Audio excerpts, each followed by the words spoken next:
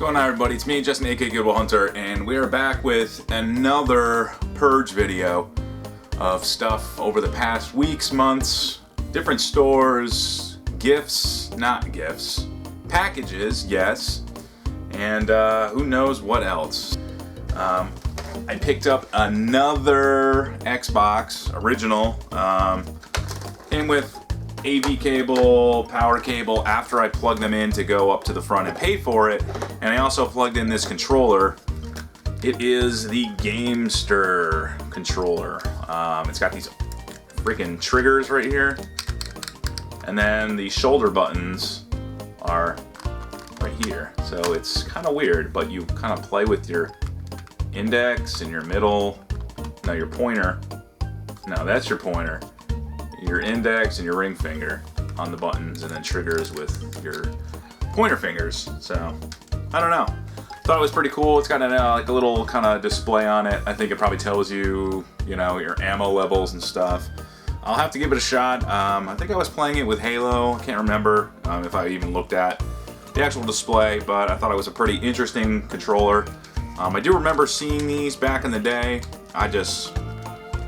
I don't know, man. I don't think a lot of people ever bought these, or if you did. If you have any thoughts, or if you ever did buy one of these, let me know if you thought it was cool. It looks functional, but as a controller, it looks weird. I found a Legend of Zelda Twilight Princess. This is the Premier Edition strategy guide, which I believe was Nintendo's. Yeah. So you can see that seal of Nintendo. Let's see what we got in the bag. Some PlayStation 1 games. We got Spyro the Dragon, no manual. Crash Team Racing in a generic case, but with the manual. Medal of Honor, awesome Greatest Hits edition, still a good game. Rayman 2, it was kind of nice to find this, The Great Escape. I don't have the original Rayman, but I think I have most of the other ones, so. Just the case and manual for Kingdom Hearts. I have a loose copy that I'm trying to sell, bundled with a PlayStation 2, so that'll be a nice addition. I picked up Imagine Babysitting, or Babysitters. I picked it up for the case. It's actually empty. It's empty, but again, you can use the case for a Game Boy Advance or a DS game. But I did find this at the Goodwill one day. I don't know if it has the actual file on it. I'll have to put it in, and if it doesn't, I guess I'll have to figure out how to get it back on there. But it's the Animal Crossing memory card for the GameCube. GameCube? No, GameCube. Nintendo GameCube memory card, Animal Crossing. It's one of the ones that I needed because I don't have it in my collection right now. So now I have a complete one. And the breakaway cable for the Xbox original controllers. Let's see what we got in this bag. We got Rayman 3 on the original Xbox in a generic case, but it did have manual and all that. So now I think I have most of the Rayman. Found a Wii emote at a Goodwill for I think $5. Picked it up because I needed one to bundle with something I might actually auction off or give away for a contest of some sorts. We've got 2 Game Boy games. We got Nintendo Game & Watch Gallery, the first one, and a copy, if I can open it, of Conker's Pocket Tales for the Game Boy Color. Before it came out on the actual Nintendo 64, there was a Game Boy Conkers, and it was pretty much just collecting a lot of crap like you did in some of the other Conkers games, but Rare liked to do that back in the day. Found this at a Goodwill. It is a Nintendo 64. They wanted a whopping, I think, $20 on it. I picked it up because that's a pretty good deal. It did not have the expansion pack in it, but I picked it up for this.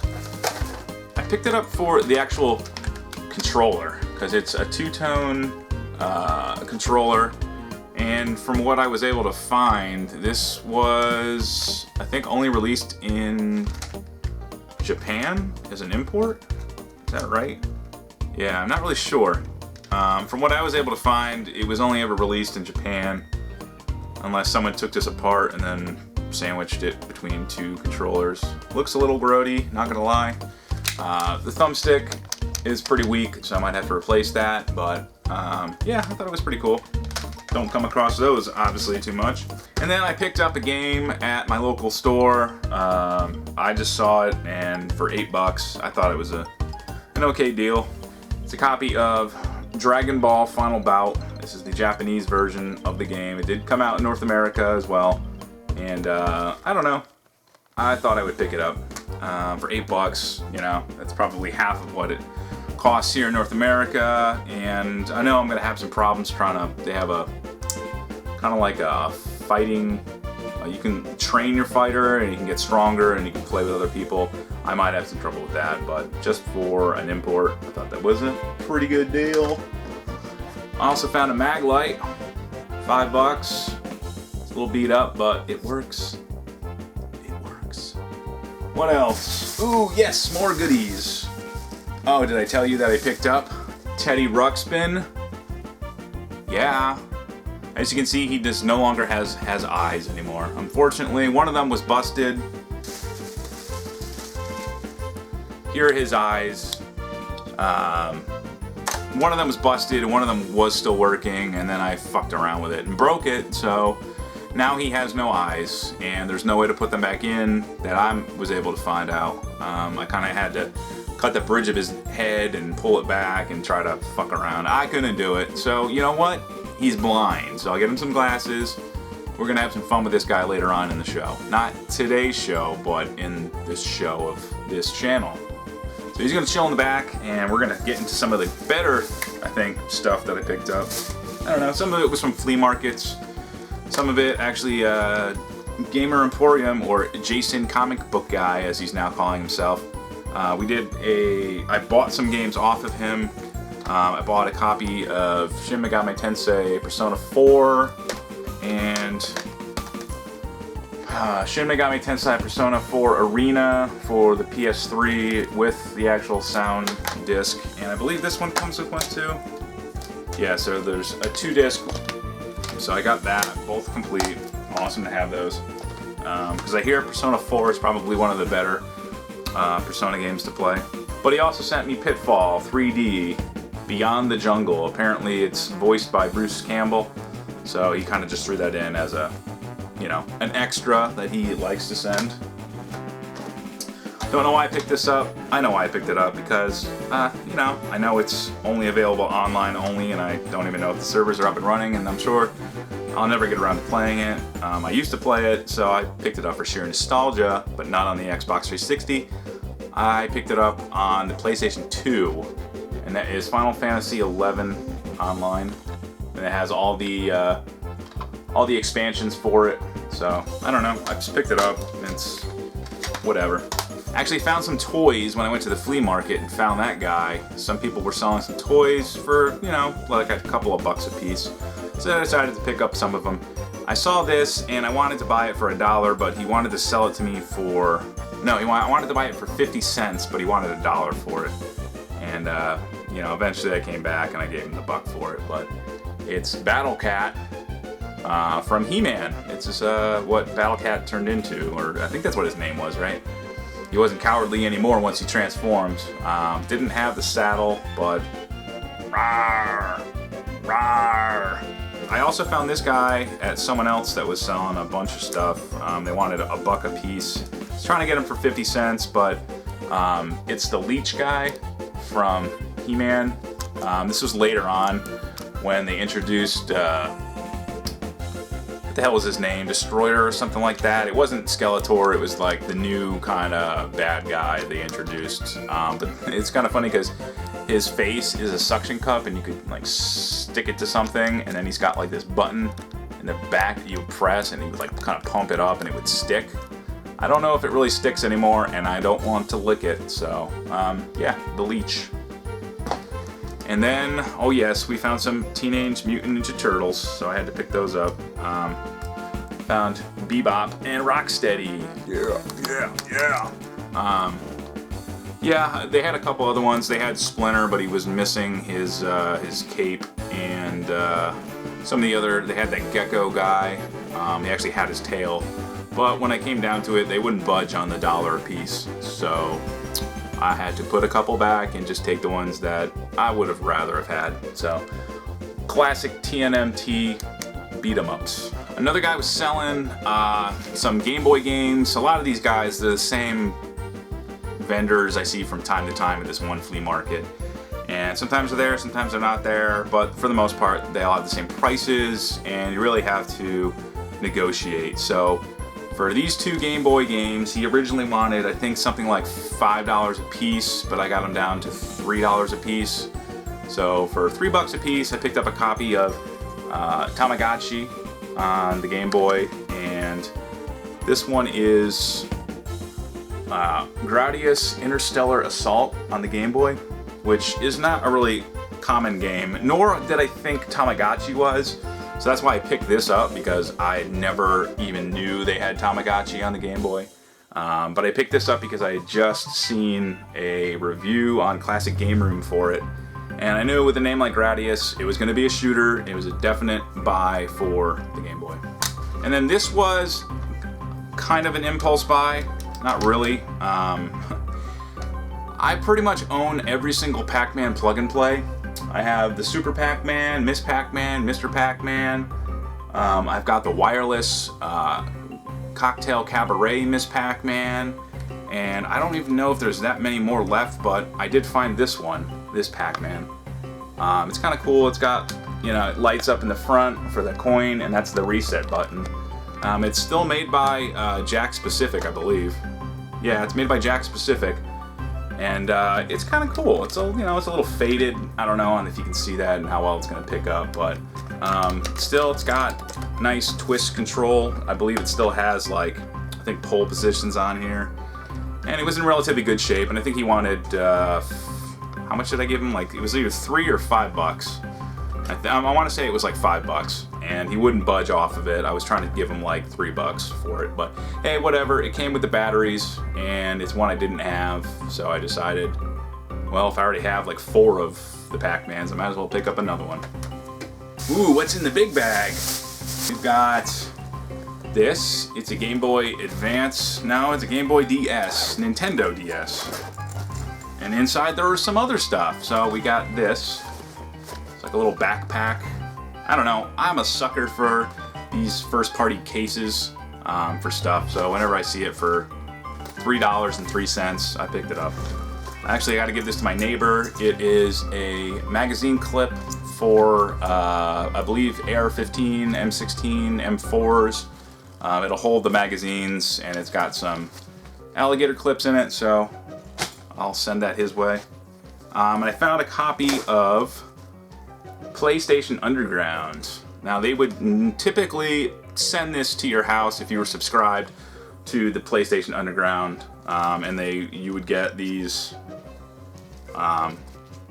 discs that had all kinds of stuff on it. Let's see what's on these. You've got some demos. I don't know if you can see that. These are some demos that are on there. You've got Tomb Raider 3, NHL Face-Off 99, A Bug's Life, NFL Game Day, Apocalypse, NFL Blitz, Bomberman World, Brave Fencer Musashi, and some videos for Siphon Filter and Twisted Metal 3. And they have a playable demo of Crash Bandicoot Warped. So that is pretty cool. I do remember getting some of these. And for, I think literally I paid $1 for it. I was surprised that it actually had both discs in it, to be quite honest. What in the fuck? Alright, so what are these? CDGs?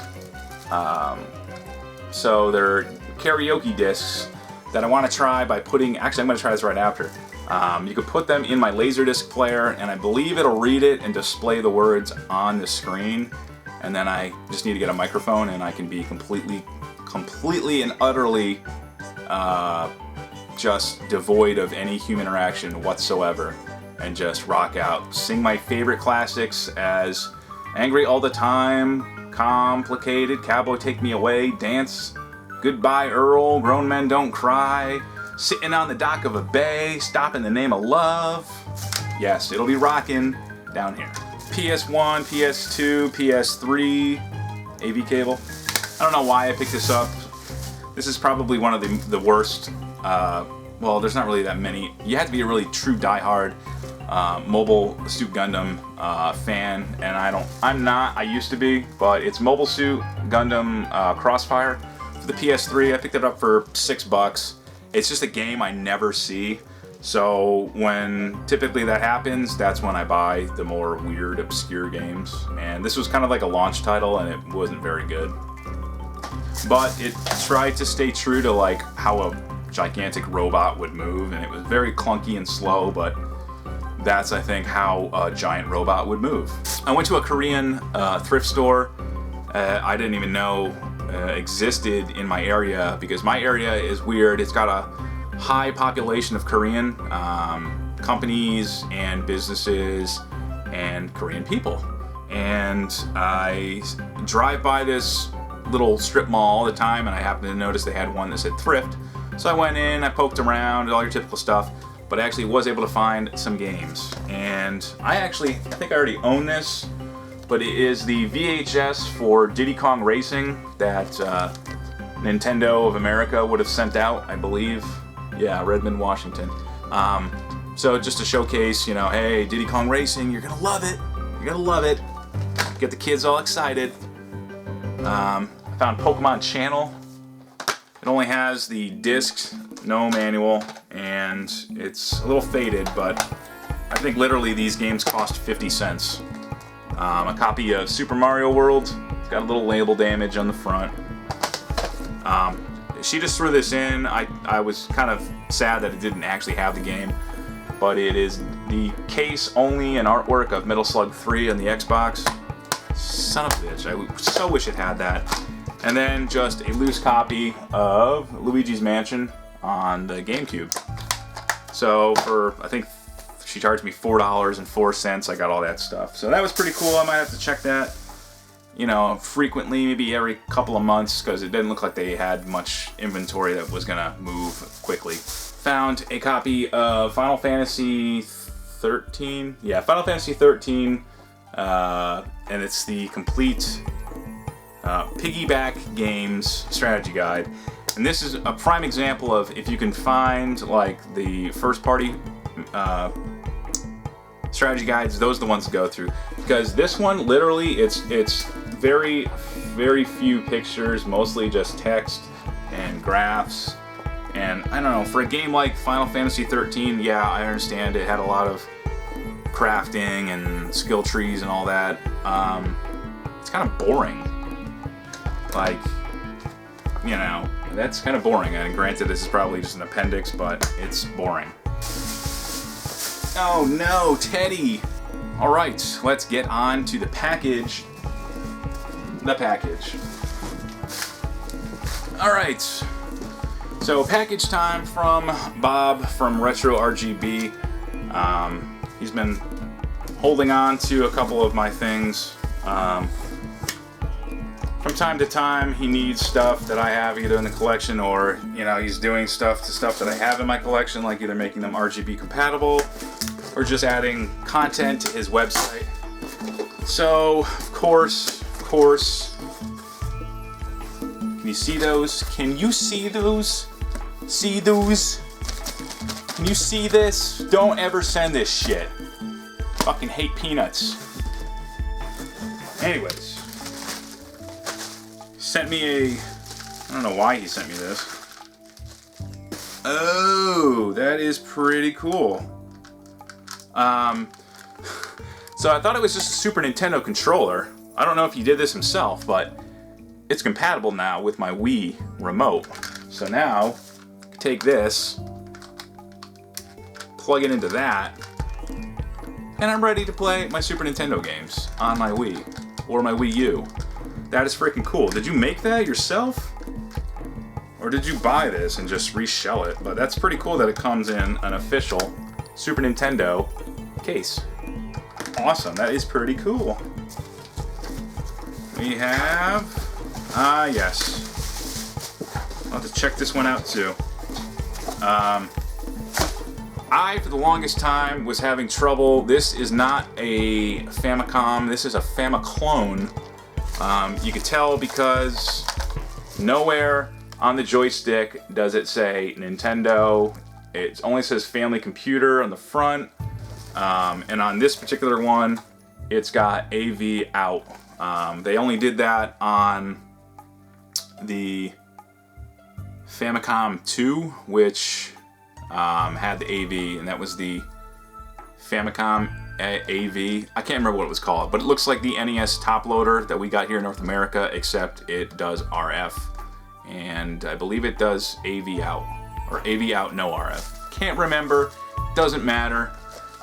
It would not work on my TVs. Now apparently it works fine if you hook it up to a RGB compatible monitor. So in the one that I have now, I'll be able to play it.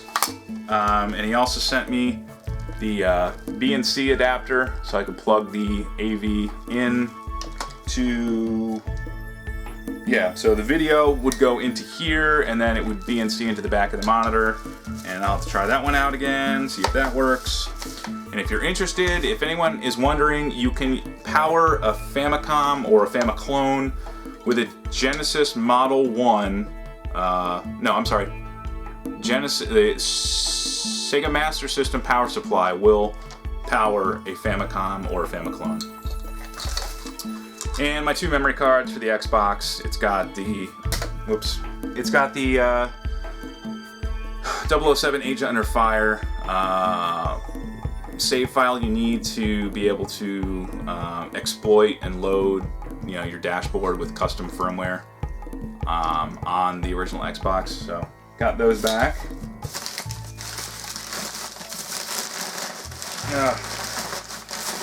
Why are you using peanuts?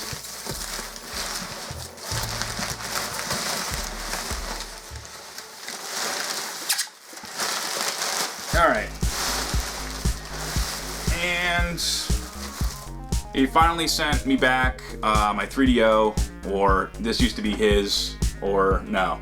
Anyways, he had a 3DO. Apparently, he was trying to do the RGB mod to it. Apparently, it was the weird chip for the 3DO. I guess it had different chips. I sent him mine. I think mine had the same chip, but eventually we were able to figure it out, and I got mine back, and I believe now it's RGB compatible. I'll have to figure this out again. Not really sure what he did to it. It's been a while since I had it.